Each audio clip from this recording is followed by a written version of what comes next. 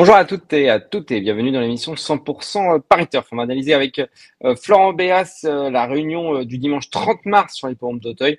Un programme intéressant avec une nouvelle préparatoire au Grand Steeplechase de Paris, le prix Murat, ainsi qu'une préparatoire au prix Ferdinand Dufort, le prix Fleuret et bien évidemment le traditionnel et Quintet Plus. Bonjour Florent. Salut François, bonjour à tous. Voilà, une réunion intéressante. On va commencer tout de suite avec le prix Géographie. C'est une épreuve réservée à des pouliches de 3 ans inédites. Ouais, toujours des épreuves à suivre avec intention, car on retrouve des concurrents pour la plupart estimés et bien nés. Il faut faire des choix, c'est pas forcément évident dans ce genre d'épreuve. Mais j'attire votre attention sur le numéro 4, Mille et une vies, une pensionnaire de François Nicole qui est plutôt bien née. En effet, c'est la sœur notamment de Japon et Alaland, qui notamment brillait à Auteuil. Japon qui se plaça du prix Renaud Duvivier. Ils sont associés à Angelo Zuliani, pardon, un jockey en forme pour ses premiers pas. Il peut espérer bien faire d'emblée. Et j'aime bien également, j'attire votre attention sur le numéro 9, Delmégan, une pensionnaire d'Elisabeth Allaire, qui est bien née. C'est la sœur notamment de lauréat de groupe Outre-Manche, à savoir Gauchen et Elimay, associés à Théo Chevillard. Cette représentante de Christophe Toulorge, qui l'a également élevé, sera à suivre d'emblée. Donc en chiffres, les numéros 4 et 9. La deuxième, c'est le prix Grand Dax, c'est le pendant pour les Hongres et Mâles. Une nouvelle fois, ouais, de belles origines. Au départ de ce prix Grand Dac, un prix Grand Dac toujours convoité. Et j'attire votre attention sur un poulain qui dépend d'un entourage en forme, que l'on a notamment vu briller en remportant le prix Rush avec The Mighty Celt, à savoir le numéro 8, Joli Swagman, un concurrent qui possède de belles origines, qui va tenter de briller d'emblée avec James Rivley. Et j'attire également votre attention sur le numéro 11, Matin, Midi et Soir, un nouvel atout de François Nicole, dont les pensionnaires sont en forme depuis ce début de saison. Un Matin, Midi et Soir qui est issu d'une bonne souche maternelle, notamment c'est le neveu de Bon Élève qui s'imposa au niveau listed sur les programmes d'Auteuil. Donc en chiffres, les numéros 8 et 11. La troisième, c'est le prix Rose Orno, le tiercé Quintet Plus, top. Connais un peu mieux, hein, Florent. Pardon? Désolé, je t'entends. On les connaît un peu mieux que les inédits. Oui, on les connaît mieux, c'est vrai. Des chevaux expérimentés et pour certains très réguliers. Maintenant, on arrive à une période de la saison assez charnière entre les concurrents qui ont fait des meetings et qui peuvent commencer à être un peu fatigués. Mais j'ai toutefois fait confiance à des concurrents qui ont brillé cet hiver à Pau et à Cagnes, à savoir New Président et Rêve de Prince. Ils sont en grande forme. New Président est très régulier. Il aligne les bons classements. Il court relativement peu, mais toujours à bon escient.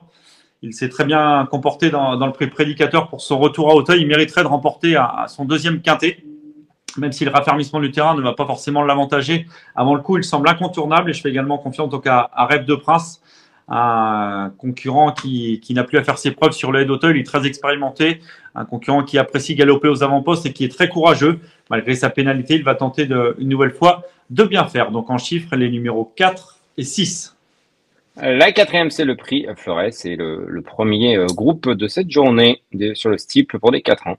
Oui, prix Fleuret, avant-dernière étape qui mène au prix Ferdinand Dufort, le week-end du Grand Steeple le 18 mai, avec une concurrente qui va tenter de demeurer invaincue en steeple, à savoir Sobriquette, la pensionnaire de Marcel Roland, a fait impression lors de sa rentrée dans le prix Duc d'Anjou. Elle s'est imposée, somme toute, assez sûrement, en sautant plutôt bien. Elle sera de nouveau confiée à Ludovic Philippon. Elle ne devrait pas être dérangée par le rallongement de la distance. Elle aurait certainement préféré une piste profonde, mais elle peut espérer confirmer. Et je lui oppose notamment le numéro 1, Hacker du Berlay, qui était le meilleur 3 ans sur le steeple. Il l'avait prouvé en remportant assez sûrement le prix Congrès durant l'automne. À mon avis, il n'a pas fourni sa réelle valeur lors de sa rentrée. Il ne faut probablement pas le condamner là-dessus. Maintenant, il a besoin de nous rassurer. Il doit porter 70 kilos, mais s'il montre son vrai visage, c'est-à-dire celui de l'automne dernier, il a assurément sa place dans les 3 premiers. Il peut même espérer s'imposer. En tous les cas, nous attendons un rachat de sa part. Donc en chiffres, les numéros 2 et 1. La cinquième, c'est le prix Nécor. C'est la seconde épreuve du tiercé Quintet Plus. Florent, tes deux préférés? Un handicap fourni. Je fais confiance dans le haut du tableau. Numéro 1, Igor Desongrés. En dernier lieu, il découvrait l'hippodrome d'Auteuil. Il est déjà confié à Lucas Ziliani. Il s'est montré courageux pour s'imposer assez sûrement. Malgré un poids revu à la hausse, on sent un cheval qui a été ménagé, qui a relativement peu couru, qui semble meilleur que jamais à l'heure actuelle, qui va tenter de poursuivre sur sa lancée. Je lui oppose notamment le numéro 3, Eden Biway, qui était déjà son dauphin dans l'épreuve préparatoire. Son mentor Erwan Graal a déclaré qu'il allait disputer cette épreuve avant de partir en vacances, lui qui a également participé à un meeting, celui de Pau. Mais s'il répète sa dernière valeur, malgré le changement de jockey, il peut à nouveau bien faire. Donc en chiffre, As et 3. La sixième, c'est le Grand Steeplechase Master, le prix Murat. Le prix Murat, ils sont 8 au départ, 4400 mètres à parcourir, préparatoire bien évidemment au Grand Steeplechase de Paris. Ouais, avant-dernière étape, là aussi, avant le prix Ingré, avant le Grand Steeplechase de Paris, un lot très bien composé. On peut hésiter entre plusieurs concurrents et j'ai fait confiance tout d'abord au numéro 6, Kif Kif Bourrico. En dernier lieu, il découvrait la piste extérieure de Steeplechase, il a sauté à la perfection. Il s'est montré vraiment plaisant. Il a notamment devancé un certain Kadam qui certes effectuait sa rentrée, mais ces deux concurrents ont nettement dominé le reste du lot.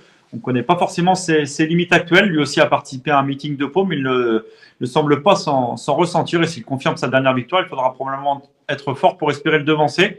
En tous les cas, nous attendons une confirmation de sa part. Et je lui oppose notamment, il y en avait plusieurs. Il y avait notamment Cash Dam qui n'a pas manqué sa rentrée, qui a repris un peu de fraîcheur depuis, lui qui remporta le prix Robert de Clermont-Tonnerre. Mais j'ai opté en deuxième position le numéro 7, Goliath Dureux, un concurrent qui s'était entrebattu à plusieurs reprises en début de carrière sur le steeple avec Rontos Ganamos. Et après une longue interruption de carrière, il a été vraiment plaisant lors de sa rentrée. C'était sur les M. Il s'est joué de l'opposition dans la phase finale. Un concurrent qui semble à l'aube d'une très belle saison. Et pour son retour en steeple, s'il n'est pas trop rouillé, il peut assurément jouer un tout premier rôle. Donc en chiffre, les numéros 6 et 7. La septième, c'est le prix Alain Grimaud. C'est un handicap pour des femelles de 4 et 5 ans. Oui, un handicap qui a certainement été visé par plusieurs entraîneurs, car uniquement réservé aux femelles.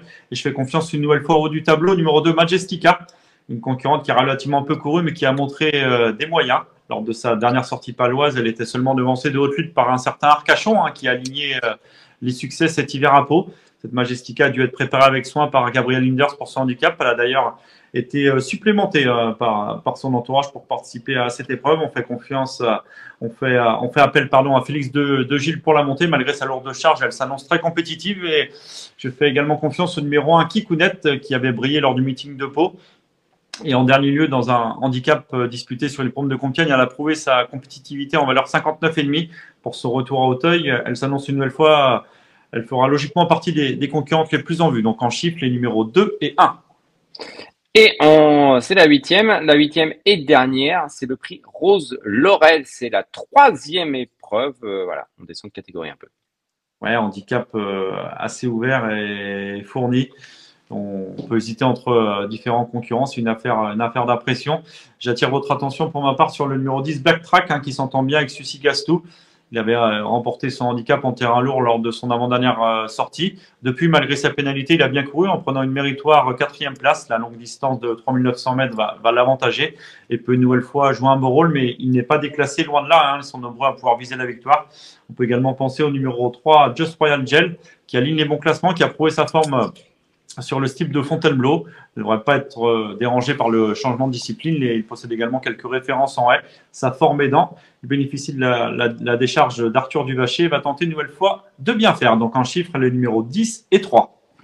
Merci beaucoup Florent, on était complet. Quel est ton préféré, ton cheval de la Réunion dans cette très belle journée? Ouais, une belle réunion, un petit coup de cœur et on tente un petit peu éventuellement la spéculation avec le 501 Igor Desongrais. Sa dernière victoire m'a bien plu, il n'a peut-être pas encore tout montré et en dépit d'un poids revu à la hausse, il peut à nouveau bien faire. Donc le 501 Igor Desongrais.